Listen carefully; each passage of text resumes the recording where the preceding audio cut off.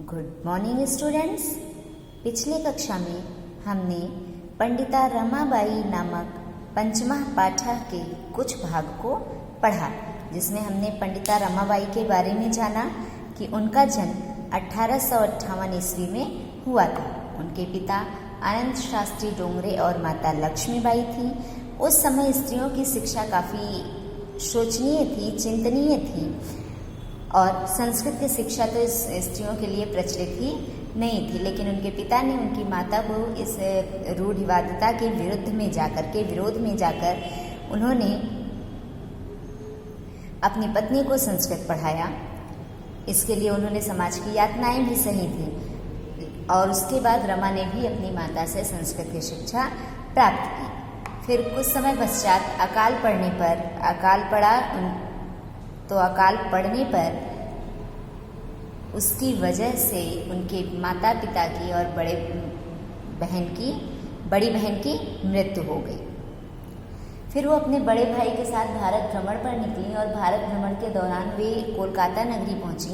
वहां उनकी विद्वत्ता को देख करके उन्हें पंडिता और सरस्वती की उपाधि प्रदान की गई और जब उसके बाद वहां पे वे ब्रह्म समाज से काफ़ी प्रभावित हुई और उससे प्रभावित होकर उन्होंने वेदों का अध्ययन किया और बाद में स्त्रियों के लिए वेदादि शास्त्रों की शिक्षा के लिए उन्होंने आंदोलन प्रारंभ किया। आइए अब आगे देखते हैं।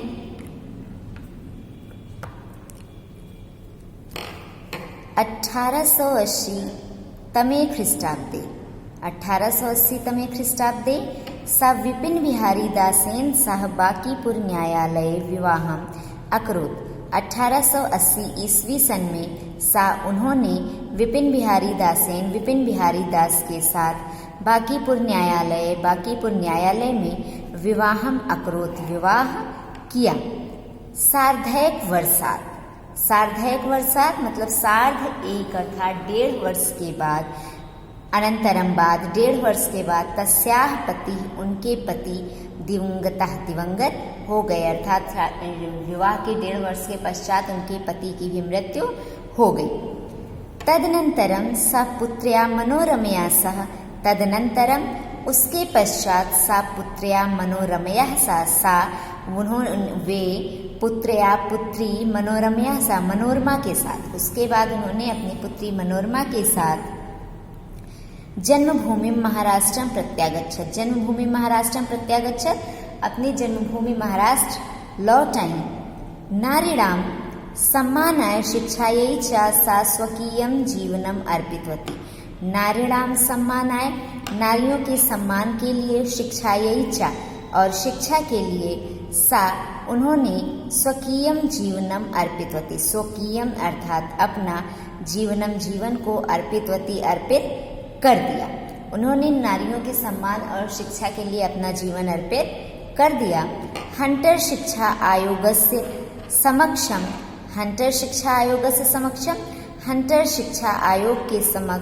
नारी शिक्षा के विषय में सा स्वमतम प्रस्तुतवती। सा उन्होंने स्वमतम अपने मत को, अपनी राय को प्रस्तुत किया। हंटर शिक्षा आयोग के समक्ष नारी शिक्षा विषय में उन्होंने अपने मत को प्रस्तुत किया। सा उच्च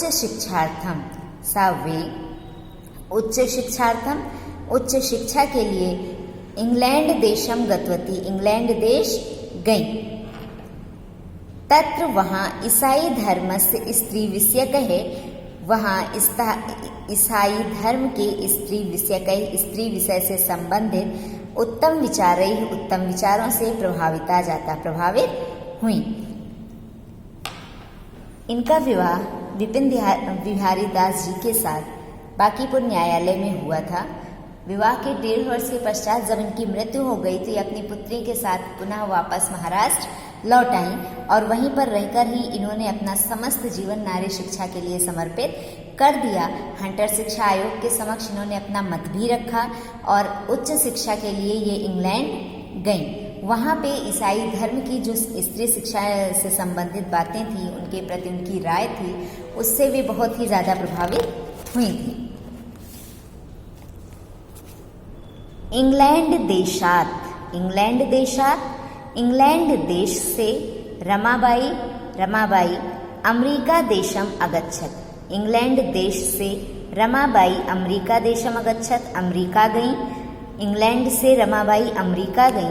तत्र सा, वहाँ उन्होंने भारतस्य विधवा स्त्रीणाम, भारत की विधवा स्त्रियों के लिए सहायतार्थम, भारत की विधवा स्त्रियों की सहायता के लिए अर्थ संचय का अर्थ होता है धन का संचय अकरोत किया। वे इंग्लैंड देश से अमेरिका गईं और अमेरिका जाने पर उन्होंने भारत की विधवा स्त्रियों के लिए धन का संचय किया। उस वक्त स्त्रियों की शिक्षा वैसे ही काफ़ी शोचनीय थी और विधवा स्त्रियों का जीवन भी बहुत सही से नहीं चलता था। काफ़ी कष्टों का सामना उन्हें करना पड़ता था, जिसकी सहायता के लिए उन्होंने अमेरिका में धन का संचय किया था। भारतम प्रत्यागत्य, भारत लौट करके मुंबई नगर में उन्होंने शारदा सदन स्थापित किया। भारतम प्रत्यागत्य, भारत लौट करके मुंबई नगरे सा शारदा सदनम स्थापित, मुंबई नगर में उन्होंने शारदा सदन स्थापित किया। अस्मिन् आश्रमे, इस आश्रम में निस्सहायाः स्त्रियाः निवसन्ते स्म। अस्मिन् आश्रमे, इस आश्रम में निस्सहायाः स्त्रियाँ, निस्सहाय स्त्रियाँ अर्थात जिनका कोई सहारा नहीं था, कोई सहायक नहीं था, निवसन्ते स्म रहती थी। अस्मिन् आश्रमे, इस आश्रम में निस्सहाय स्त्रियाँ रहती थी। उन्होंने जब मुंबई लौट करके शारदा सदन नामक आश्रम स्थापित किया, तो ये आश्रम जो है उन्होंने निस्सहाय स्त्रियों के लिए स्थापित किया था, जहाँ पे निस्सहाय स्त्रियाँ रहती थी। तत्र स्त्रियाः, वहाँ पर स्त्रियाँ मुद्रण टंकड़ काष्ठ कलादीनांच, मुद्रण टंकड़ और काष्ठ कला आदि की आदि का प्रशिक्षण भी लभन्ते स्म, प्राप्त करती थी। क्या कहा है कि उस आश्रम में स्त्रियां मुद्रण टंकड़ और काष्ठ कला आदि का प्रशिक्षण प्राप्त करती थी। मुद्रण क्या होता है? प्रिंटिंग, छपाई, और टंकड़ क्या होता है? टाइपिंग। काष्ठ कला जो लकड़ी आदि से बनी चीजें होती हैं, तो वहाँ पे उन्हें प्रिंटिंग, टाइपिंग और काष्ठ कला आदि का प्रशिक्षण दिया जाता था। और ये प्रशिक्षण क्यों दिया जाता था? ताकि वे कुछ काम सीख कर अपना जीवन यापन कर सकें, उन्हें किसी का सहारा लेने की आवश्यकता ना पड़े। परम लेकिन इदम सदनम, इस सदन को पुणे नगरे स्थानांतरितम जातम, पुणे नगर में स्थानांतरित कर दिया गया। लेकिन इस सदन को पुणे नगर में स्थानांतरित कर दिया गया। ततः पुणे नगर के समीप में, पास में केडगांव नामक स्थान पर मुक्ति मिशन नामक संस्थान तया उनके द्वारा स्थापित किया गया। इन्होंने क्या किया? जो शारदा सदन इन्होंने मुंबई में स्थापित किया था, उसे बाद में पुणे नगर में स्थानांतरित कर दिया गया।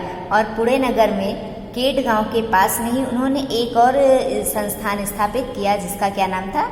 मुक्ति मिशन नाम था।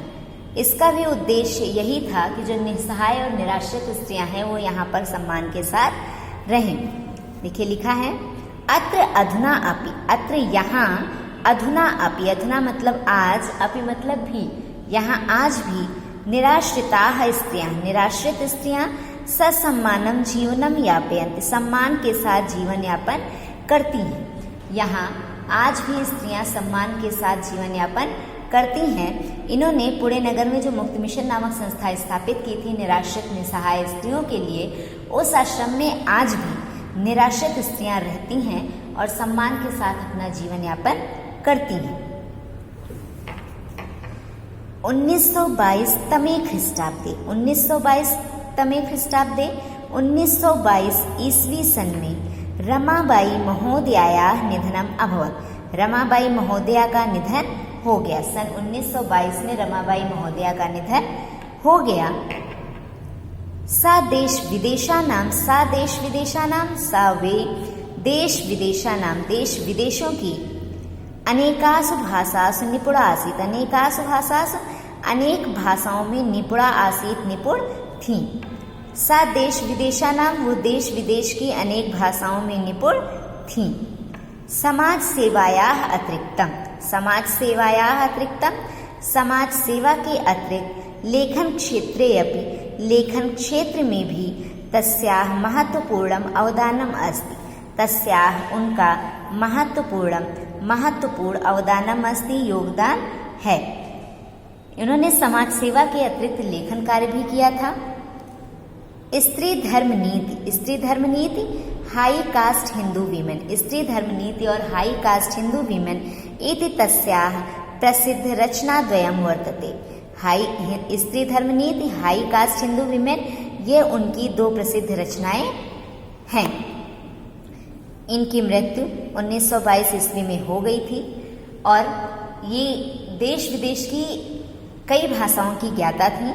समाज सेवा के अतिरिक्त इन्होंने लेखन कार्य भी किया था, जिसमें दो इनकी प्रसिद्ध बुक हैं। वो कौन सी हैं? स्त्री धर्म नीति और हाई कास्ट हिंदू वीमेन। आज के लिए बस इतना ही। आप इस पाठ को पढ़ेंगे और समझेंगे। Have a nice day.